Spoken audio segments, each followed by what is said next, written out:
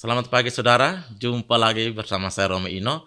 Tentu dalam acara yang selalu kita dengar dan selalu kita lihat, Komsos Menyapa, berkeliling dari proki ke proki, dan hari ini kami berada di batas negara RI RDTL proki perbatasan, yaitu proki Santo Gerardus Nualain.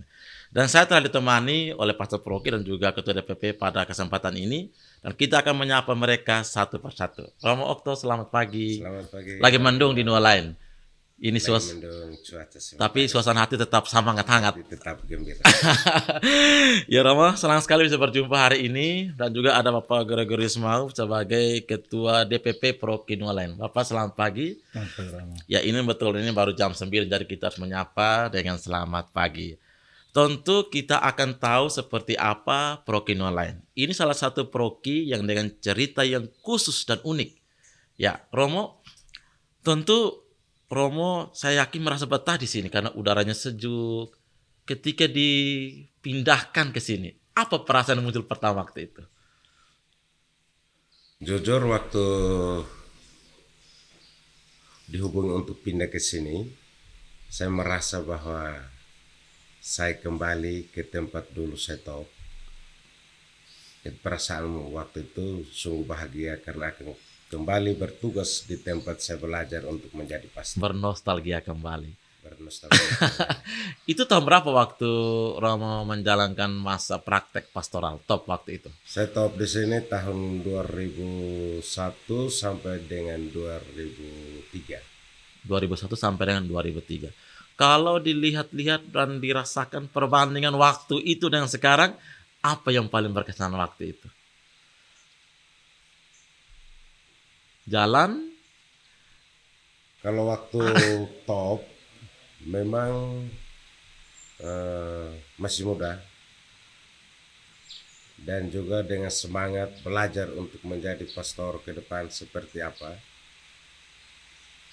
Kalau dari segi kondisi alam waktu itu masih banyak jalan kaki. Tentu sangat menantang. Sangat menantang dari segi jalan, tapi cara pastoral yang dibangun oleh Romo Gap Alos waktu itu, kami selalu ke lingkungan jalan bersama tim. Cuma jalan kaki, tidak ada kendaraan. Musim hujan kendaraan motor tidak bisa juga. Karena memang di sini waktu itu sangat ekstrim. Selalu Ada longsor. dalam kebersamaan, meskipun jalan jauh tapi jalan sambil cerita, sambil tertawa. Capek hilang. Tidak merasa capek. Ya memang betul saudara Komsos, kalau bicara tentang perkendulan, dan saya juga mantan kurang lebih selama 7 tahun Romo. Ini pertemuan kita bernostalgia kembali. Kurang lebih selama 7 tahun pernah bertugas di tempat ini. Dan ada orang yang selalu setia di balik meja. Tentu ada Bapak Goris. Bapak Goris, apa yang Bapak Goris rasakan ketika bertugas sebagai Ketua DPP, mendamping umat? Kalau mungkin ya sudah waktu sudah lama. Seperti apa? Ya, yang dirasakan sebenarnya kompleks perasaan. Ada kegembiraan yang paling khas dan khusus. Sering ada juga keharuan. Sering juga ada yang menjengkelkan. Itulah berpastoral. Tetapi dalam seni pastoral itulah yang pantas untuk kita nikmati. Kurang lebih sudah berapa tahun sebagai DPP? Kalau sebagai DPP saya sudah 9 tahun. Sudah 9 tahun. Itu bermula dari pastor siapa ketika diberi kepercayaan ini? Kalau dari anggota DPP itu sejak Romo Tim Spofi Almarhum. Kemudian jadi ketua DPP itu sejak Romo Ignas. Sudah lumayan lama. Tapi ini untuk seorang agen pastoral ini baru start awal. Belum apa-apa 9 tahun itu. Apa Goris, kurang lebih melihat kondisi alam seperti yang tadi Romo sudah sampaikan, ya dengan situasi, dan sekarang sahabat Komsos, kita mungkin mendengar bunyi-bunyi sedikit. Apa itu? Lagi hujan, karena ini memang puncak hujan di Nualain. Karena daerahnya kan ketinggian, ini Bogornya Kabupaten Belu. Bapak Goris, apa yang paling membuat Bapak itu bisa bertahan sampai sejauh ini? Diberi kepercayaan, tapi tetap semangat kurang lebih 9 tahun ini. Ya, jujur mungkin agak berlebihan, tapi juga menurut saya tidak. Mm-mm. Yang membuat saya paling betah itu iman. Dalam iman itulah kita melakukan segala-galanya enak semua. Menikmati. Menikmati, menjalani apa adanya. Apalagi kan pas orang enak seperti Romo Okto ini enak semuanya. Amin, amin, amin. Kurang lebih yang paling berkesan ketika pelayanan menghadapi karakter umat itu seperti apa?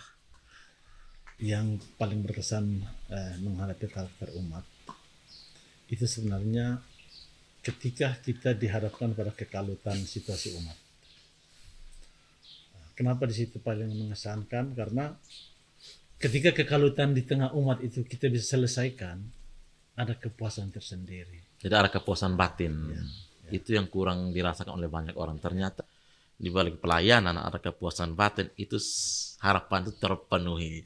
Dan memang menarik sekali tadi dikatakan bahwa yang tipikal umat yang begitu kompleks, tapi karena apa tadi? Karena iman. Ya, ini satu kata kunci ya, karena iman maka bisa bertahan pelayanan sebagai seorang anggota DPP dan ketua DPP.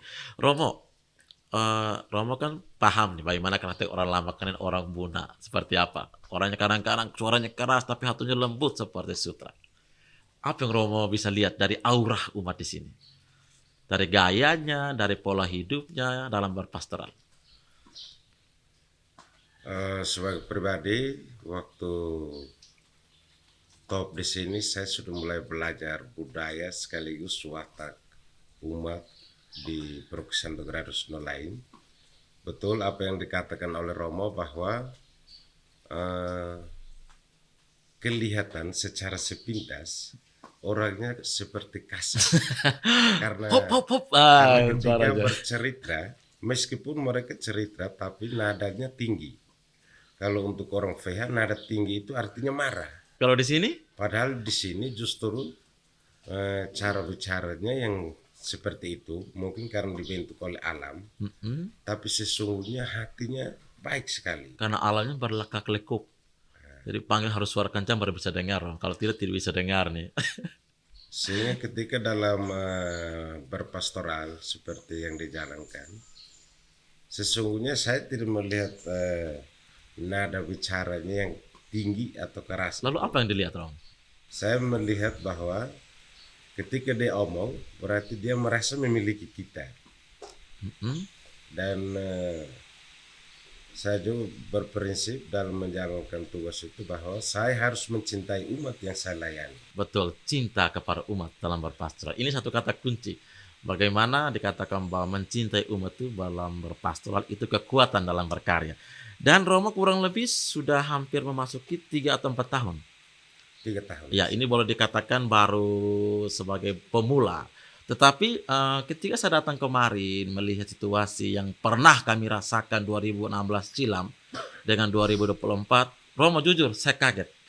Dan saya merasa bangga. Wah, ternyata imam yang satu ini, ada 2 rekan imam di sini, dengan Romo Isto, ternyata punya kreasi yang luar biasa. Mungkin sebentar kita lihat bagaimana dengan desain rumahnya, yang penataan kompleksnya. Dari mana Romo mendapat ide ini dengan satu desain yang luar biasa? Dengan tempat nongkrong, kalau bisa ini menjadi tempat untuk bercerita. Dari mana itu ilmu bisa didapat dengan menggaya seperti ini? Sebenarnya ini ide mau berpastoral secara bahagia. Karena itu bersama Bapak Goris, bersama DPP DKP, sesungguhnya saya merasa bahagia karena ketika datang tugas kembali di sini, waktu saya frater, yang sekarang sekarang DPP DKP ini lebih banyak adalah teman waktu saya itu. frater. Ya teman ya Bapak Goris. Ketika saya datang kembali, teman-teman ini sementara berada pada posisi DPP, DKP, banyak yang ketua lingkungan,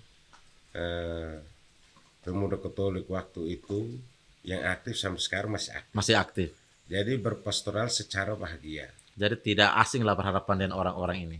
Bersama Bapak Goris, kami berusaha menciptakan situasi, memberi kesempatan kepada generasi muda. Kau mau buat apa, silakan buat. Yang penting baik, pasti kami dukung. Mereka melihat bahwa perlu bangun sesuatu, ya silakan. Untuk kebaikan, pasti kami. Berarti dijalin sebuah komunikasi, baru terbantulah seperti begitu. Pak Goris tadi dikatakan bahwa Romo merasa tidak asing karena kembali lagi ke sini. Lalu tadi yang Romo sempat petik, bagaimana membangun sebuah komunikasi. Seperti apa komunikasi yang bangun selama ini? Ya, komunikasi yang dibangun selama ini sebenarnya satu sangat terbuka. Yang kedua penuh kekeluargaan. Kemudian dengan Romo Okto ini seolah-olah tidak ada hierarkis. Begitu dekat. Dekat, sangat dekat.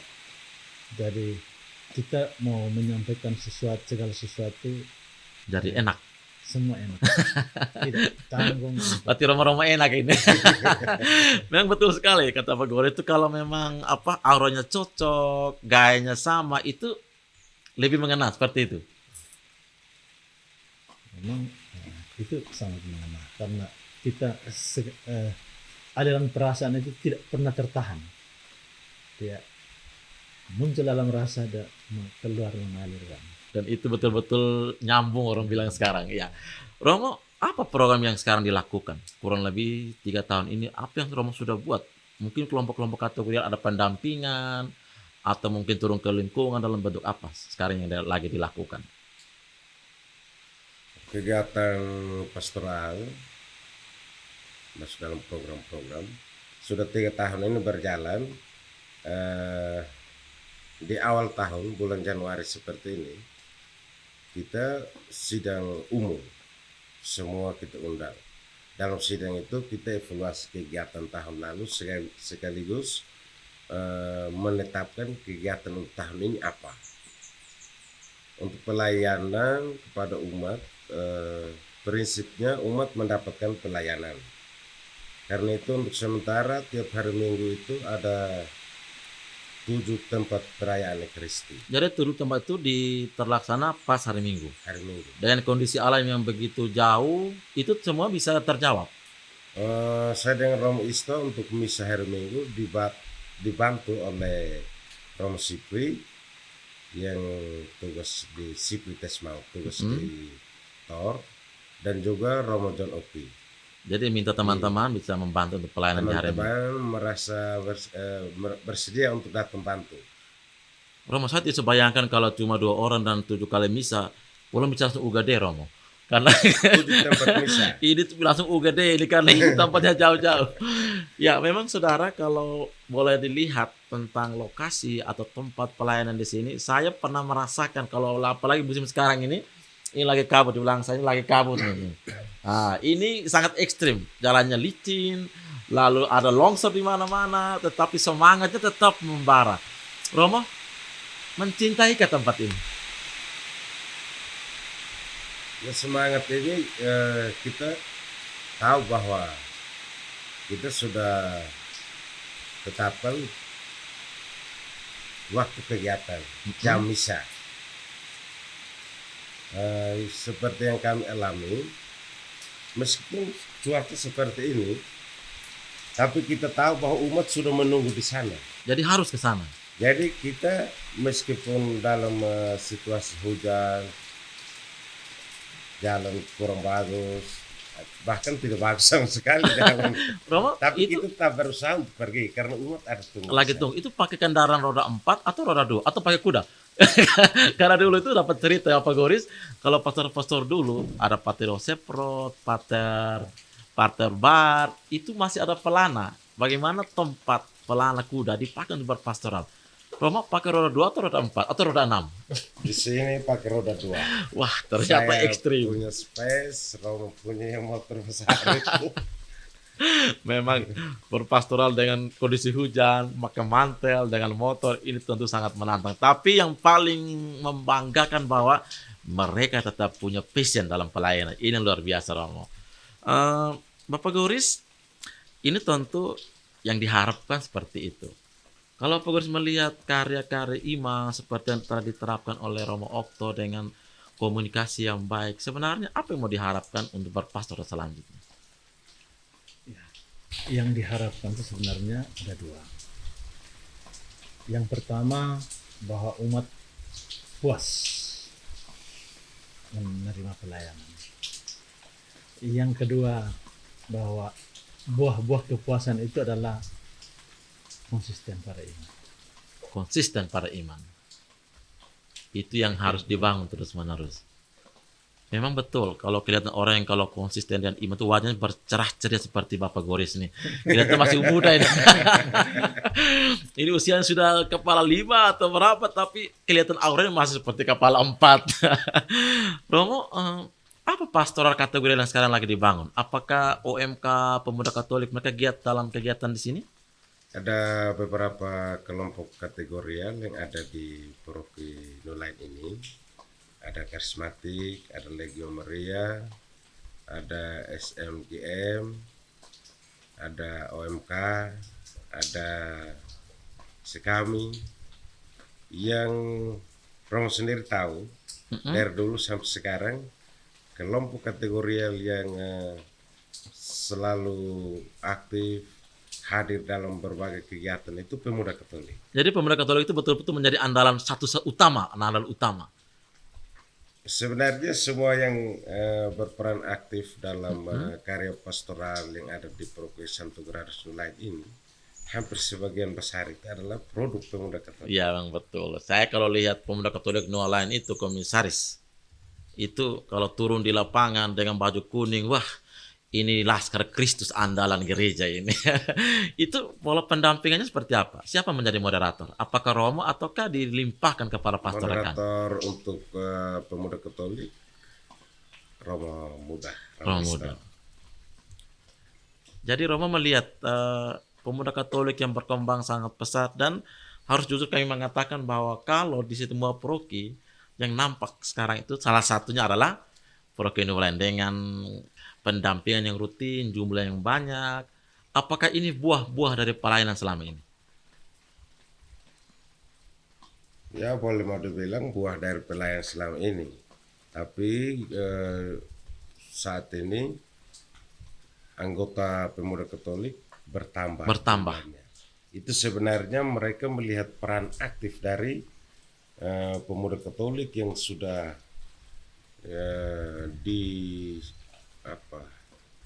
dibina, direkrut di waktu-waktu dulu. Senior-senior berperan aktif dalam semua lini kehidupan sebenarnya. Ada yang di pemerintahan desa, ada yang di DPP urus agama ini. Hampir semua lini itu Semua dapat bagian, kolaborasi yang ada kuat. pemuda Katoliknya di situ. Wah, ini satu kekuatan besar, Romo. Karena itu yang beberapa kalimat penta yang terjadi ini, kita lihat peluang ini, diusahakan hampir semua lingkungan itu ada pemuda Katoliknya. Jadi koordinasi lapangan tidak bisa diragukan lagi. Romo, apakah kegiatan-kegiatan pastoral, pelayanan tetap berpatokan pada visi misi Keuskupan Atambua yang dikumandangkan oleh Bapak Uskup Atambua Monsinyur Dominikus Saku, ekonomi, pendidikan, lalu dan komunitas, apakah berpatokan pada visi misi Keuskupan Atambua? Kita tetap berpatokan pada yang umum. Dari visi misi Keuskupan Atambua kita berusaha untuk terapkan di paroki, lalu kita menambah hal-hal penting yang kita lihat terjadi di umat. Jadi betul-betul itu berlanjut, visi misi itu menjadi patokan, lalu buahnya dalam pelayanan di paroki. Berarti betul Bapak Goris, ini satu bentuk istilahnya buah pelayanan itu tetap berpedoman pada visi misi Keuskupan Atambua. Sejauh ini seperti apa? Sejauh ini yang dikembangkan itu pendidikan, ya, karena sekami hidup, kemudian rekoleksi kategorial juga jalan. Terus mulai tentang sejahtera itu juga pemuda Katolik dengan Romo moderatornya buka kebun Lombok untuk. Jadi bukan kebun Lombok. Ya. Ini Romo bagian dari pemberdayaan. Jadi betul-betul tadi itu betul kena ya. Ekonomi masuk. Dan Ekonomi, juga Pendidikan masuk. jadi agar orang bertani. Itu pendidikan, betul. Buahnya lewat Lombok ya. Jadi betul-betul ada kesinambungan. Dengan tomat, kalau pemuda Katolik Henes mereka kembangkan tomat. Berarti kantung kincang nih pemuda Katolik sekarang ini. Kantung lagi tebal nih karena berarti betul-betul bahwa pola pastoral yang dibangun di Nualan itu saudara tidak semata orang bilang cuma di mimbar, tapi bagaimana membawa mimbar ke lapangan lewat kesaksian, lewat pola-pola berpastoral yang telah diterapkan oleh Romo Okto sebagai pastor paroki Santo Gerardus Nualan. Romo, saya rasa rindu kalau omong tentang Nualan karena saya pernah mengalami kesulitan waktu itu. Romo, listrik tidak ada, bakar lilin sambil tidur. Saya cas HP itu harus numpang di umat. Sekarang ini langsung klik, kontak, nyala. Romo merasa bahwa perkembangan ini juga membantu juga perkembangan iman umat atau seperti apa? Ya, ini kalau Romo omong tentang pengalaman, sebenarnya saya mau katakan bahwa kita berusaha bahagia di tempat sulit. Di tempat yang tidak sulit pasti kita lebih bahagia. Iya. Dan itu saya alami. Setelah saya top di lain, waktu habis jadi imam, saya tugas di tempat lain, orang bilang susah, tapi saya merasa bahagia sekali. Wah, ini lebih bagus dari dulu yang pernah satu. Mana bisa tidak bahagia, ini dulu susah. Jadi ini saudara memang betul kesaksian yang diutarakan oleh pastor muda ini, Romo Okto, betul-betul dari pengalaman bahwa hidup itu harus bahagia. Kata kunci, apa yang mau disampaikan kepada umat? Tentang pelayanan, tentang kehidupan iman umat. Yang kita usahakan sampai dengan sekarang ini, sejak saya tugas di sini, yang diharapkan itu umat makin beriman. Karena itu dengan berbagai pendekatan pelayanan pastoral kita usahakan itu. Seperti yang tadi saya katakan, tiap hari Minggu ada perayaan Ekaristi di 7 tempat. Pusat Paroki, Abis, Henes, Bebulak, Sisi, Debululik. Saya dengan Romo Isto 2 tempat, Romo Sipri 2 tempat, Romo John sekarang di Sisi. Jadi semua mendapat bagian dalam pelayanan. Umat makin beriman dan iman umat itu kita lihat dalam semangat hidup. Iya, betul. Seperti ini, Rumah baru ini. Ada bangunan-bangunan ini. Ini sebenarnya umat yang kerjain. Jadi ini betul-betul umat yang langsung terlibat. Ketika kita minta dia datang kerja, dia datang kerja dengan senang hati. Romo masih ingat dulu batu besar. Iya, betul, saya masih ingat. Ini batu sudah dibawa kemana, Hanya Rom? pukul kasih pizza saja kami kasih. Ini kayaknya mungkin Rom bisa dibawa ke sini. Tahun 45 dibawa tahun 2023 mungkin. Dan sekarang ini kita sementara berusaha untuk renovasi gereja lama, pastoran ini. Ya, terkesan Paroki Nualan ini paroki tua, karena memang sejak 1939. Itu sudah mulai. Dan Romo, saya ingat sekali kalau satu ikon itu bagaimana gereja tua. Ada gereja yang ikonik, bagaimana gereja itu dibawa dari Larantuka, Atapupu sampai dengan Lahurus dan sampai di Nualan. Bapak Goris, itu bagaimana sampai tiba di sini? Iya, sebenarnya bangga sekali mengharapkan juga tiba di sini. Jadi kalau waktu itu ketika gereja Katolik masuk timur dan memang daratan timurnya begitu miskin dan daya untuk membangun masih lemah waktu itu, ya pembesar-pembesar gereja dulu itu berusaha untuk pindahkan gedung dari Larantuka itu ke Atapupu. Lalu dari Atapupu juga begitu, ketika Atapupu sudah mulai berkembang, mendapat donor dari luar negeri, ya mau ke lebih pedalaman lagi dipindahkan lagi ke Lahurus. Dan Lahurus juga waktu itu Lamaknen hampir 4 kecamatan di bagian timur ini semua di Lahurus. Jadi Baru kemudian Raja Nualain dengan Raja Kewar itu meminta untuk pindahkan gereja Lahurus ke Weluli. Tapi kemudian Raja Nualain tidak setuju. Kamu di Rundong itu kan pemekaran dari kampung Nualain. Harusnya ditaruh di Nualain. Jadi disepakati dan ditaruh di Nualain. Tapi yang mengharukan itu adalah semua bahan mulai dari kayu, seng semua itu dipikul pakai bahu manusia. Jadi kayu yang sama dari Larantuka ke Atapupu, Lahurus dan Nualain itu gereja bentuk yang sama, kayu yang sama itu dipikul. Ini yang luar biasa. Bagaimana gereja dipikul, bangunannya dipikul, jangka waktu jarak yang begitu jauh, itu betul-betul menguras tenaga, emosi. Jadi semua dipikul. Ya. Diperkirakan sudah berapa tahun fisik dari bangunan itu? Diperkirakan berapa abad itu? Iya, kalau mau pakai perkiraan, itu dia sekitar tahun 1600-an di Larantuka. Maka kalau sudah sampai tahun 2024 itu sudah berabad-abad. Iya. Jadi betul, memang sejak tahun 1600-an sampai 2024 rangka yang sama, gereja bentuk yang sama dipikul dan kayu yang sama, seng yang sama. Ini tentu gereja yang langka dan itu cuma ditemukan di Nualain.